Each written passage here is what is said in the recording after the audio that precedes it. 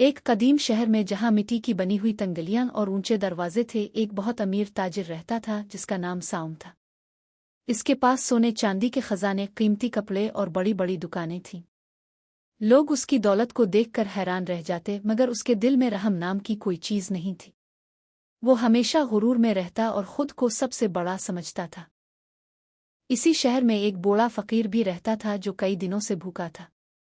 इसके कपड़े फटे हुए थे और चेहरे पर थकन और भूख साफ नजर आती थी।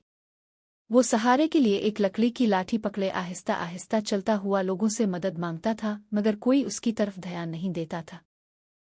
एक दिन वो फकीर साउम के बड़े दरवाजे पर पहुंचा और कांपती हुई आवाज में बोला, बेटा मुझे कुछ खाने को दे दो, मैं कई दिनों से भूखा हूं। इसकी आवाज में इतनी दर्द थी कि कोई भी सुनकर पिघल जाता, मगर साउम के दिल पर इसका कोई असर न हुआ। साउम ने गुस्से से फकीर को देखा और जोर से चीखा, यहां से चले जाओ, मैं तुम जैसे लोगों को कुछ नहीं देता। इसकी आवाज में तकब्बुर और नफरत साफ झलक रही थी। आसपास खड़े लोग खामोशी से ये मंजर देख रहे थे। फकीर ने दोबारा इल्तिजा की, मगर साउम ने इसे धक्का दे दिया। बूढ़ा फकीर जमीन पर गिर गया और उसकी आंखों में आंसू आ गए। इस लम्हे इसके दिल से एक आह निकली जो सीधी आसमान तक पहुंची। फकीर ने आसमान की तरफ हाथ उठाकर कहा, ए अल्लाह, जिसने मेरे साथ जुल्म किया है, इसे इसके गुरूर का अंजाम दुखा दे।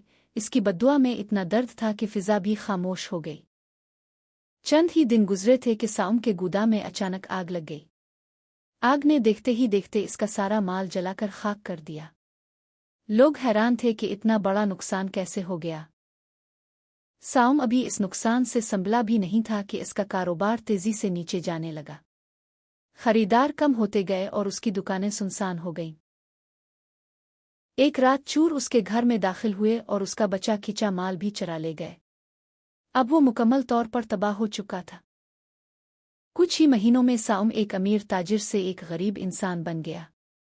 अब वही शख्स जो दूसरों को हकीर समझता था, खुद लोगों के सामने झुकने पर मजबूर था। एक दिन वही फकीर दोबारा उसके सामने आया। साउम ने इसे पहचान लिया और उसके कदमों में गिरकर रोने लगा। फकीर ने इसे मुआफ कर दिया और कहा, अल्लाह सब देखता है, गुरूर हमेशा इंसान को तबाह कर देता है। इस दिन के बाद साउम ने मेहनत शुरू की और आहिस्ता आहिस्ता अपनी जिंदगी बदल ली। अब वो हर गरीब की मदद करता और आजिज़ी से रहता था। वक्त गुजरने के साथ वो दोबारा कामयाब हुआ, मगर इस बार उसके दिल में रहम और इंसानियत थी। और यही उसकी असल कामयाबी थी।